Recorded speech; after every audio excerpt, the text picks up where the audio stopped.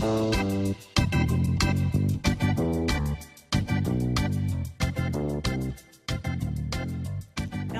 and thank you for joining me today. I am Catherine Lang, and this time I'm sharing a little hope, a dash of fun, and a twist of snarky just to keep things interesting. And fighting with technology, because being normal is overrated, right? You can learn more about me by visiting www.catherinelang.com or snarkyrainbows.com.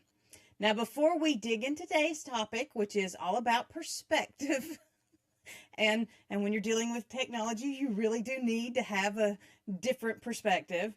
But I want to share a little about where I got the idea for this topic. My son called me a troll. Now, he meant that gaudy little doll with the fluorescent hair, but still, I looked at him in offended disbelief. Now, it was mock disbelief, but still, a troll? Really? A troll? He continued. He said, "You have big hair and a vibrant personality." Well, now I kind of stared at him in shocked silence. Because how do you argue with something like that? So the next time someone calls you a troll, remember, it's all about perspective. This has been your happy thought for today. Use it to spread a few smiles. First to yourself and then to the people that you encounter, because smiles are contagious. Now, how do we take this idea of changing perspective and put it into work in our real lives? The things that we focus on are the things that we're going to see. Are you afraid of snakes? Well, do you see snakes with every stick or rope or string or hose? A few years ago, if you know me or if you've talked to me for more than a few minutes or if you've been on my Facebook feed, you know that alligators and I are not really good friends. I really don't like them. I live in North Alabama. I live on a creek in the woods. Alligators aren't really something that we have to worry about.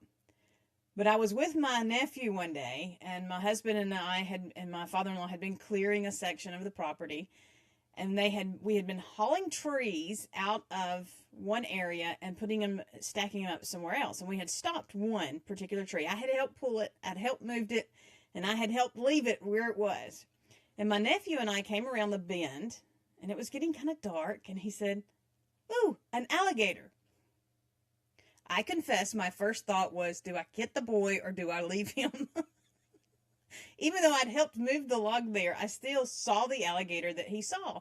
Because when you're focused on something and when something's put into your head, it forces the perspective. You see that thing. So changing perspectives requires taking a moment and seeing things from a different perspective. You have to see more than just the moment. It turns out when you are willing to choose to see a different perspective, you can literally change your world. You begin to create a path for possibility thinking. My dad often told me that when I face a trouble or I face a situation, that what I needed to do was look at it from a different perspective. He would tell me to step it up. He wasn't telling me to speed up or to get there faster. Instead, what my dad was telling me to do was to take it up a level, take it up to from this earthly vision to a spiritual vision, to try and see it through God's eyes. It turns out when you make the choice to see things through God's eyes, you really do change your world. When you choose to see people or situations or moments with God's vision, you can't help but think differently about it. Now, even here back on earth, perspective changes things.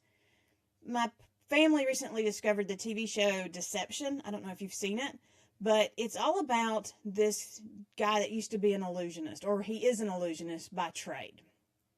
And he's trying to work with the FBI to prove his brother innocent of a crime. But he's explaining to the FBI about forced perspective. And he shows them a trick. And then he turns, and with just a little different perspective, he reveals the truth behind the trick. Now, either he ruined the trick or he revealed the key, again, depending on your perspective. But the thing is, he showed that just a little shift, a little change made the difference. If you want to change your world, then you have to be willing to change your perspective.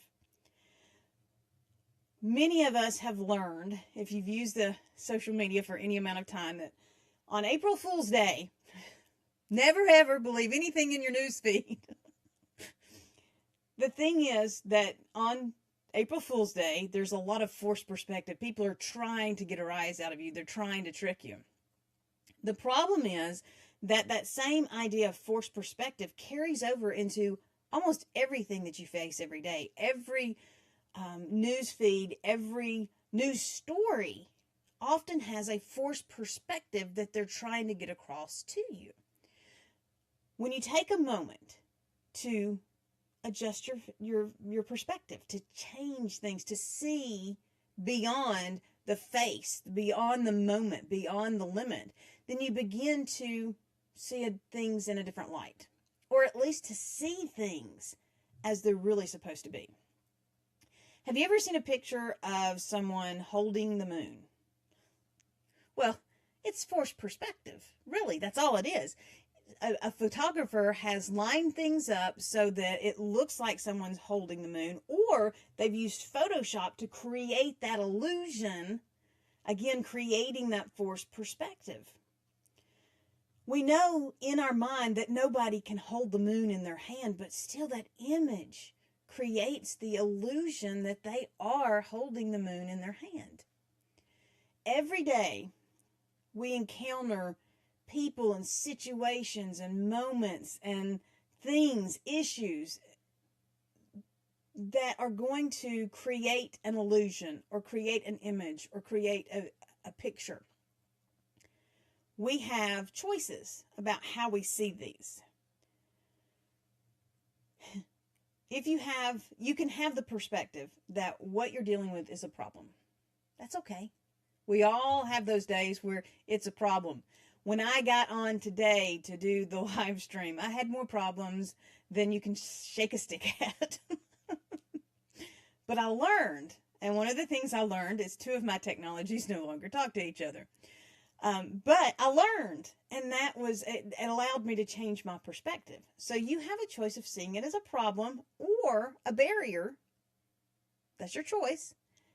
You can flip that same situation, that same image, and you can begin to look at all of the little angles, the little nooks, the little crannies, the little elements that make up the moment.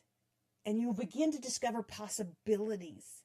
And the possibilities will feed into more possibilities. Even if they're small to begin with, they begin to pile onto each other and feed more. When you start to think about possibilities, then you create a path to breakthrough. So are you ready for your breakthrough?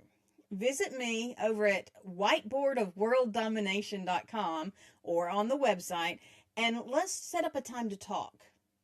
Now, here's a moment of hope for you today.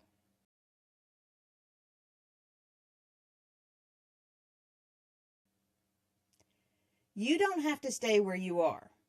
You change your direction when you change your focus. You can change your focus by making the choice to change your perspective.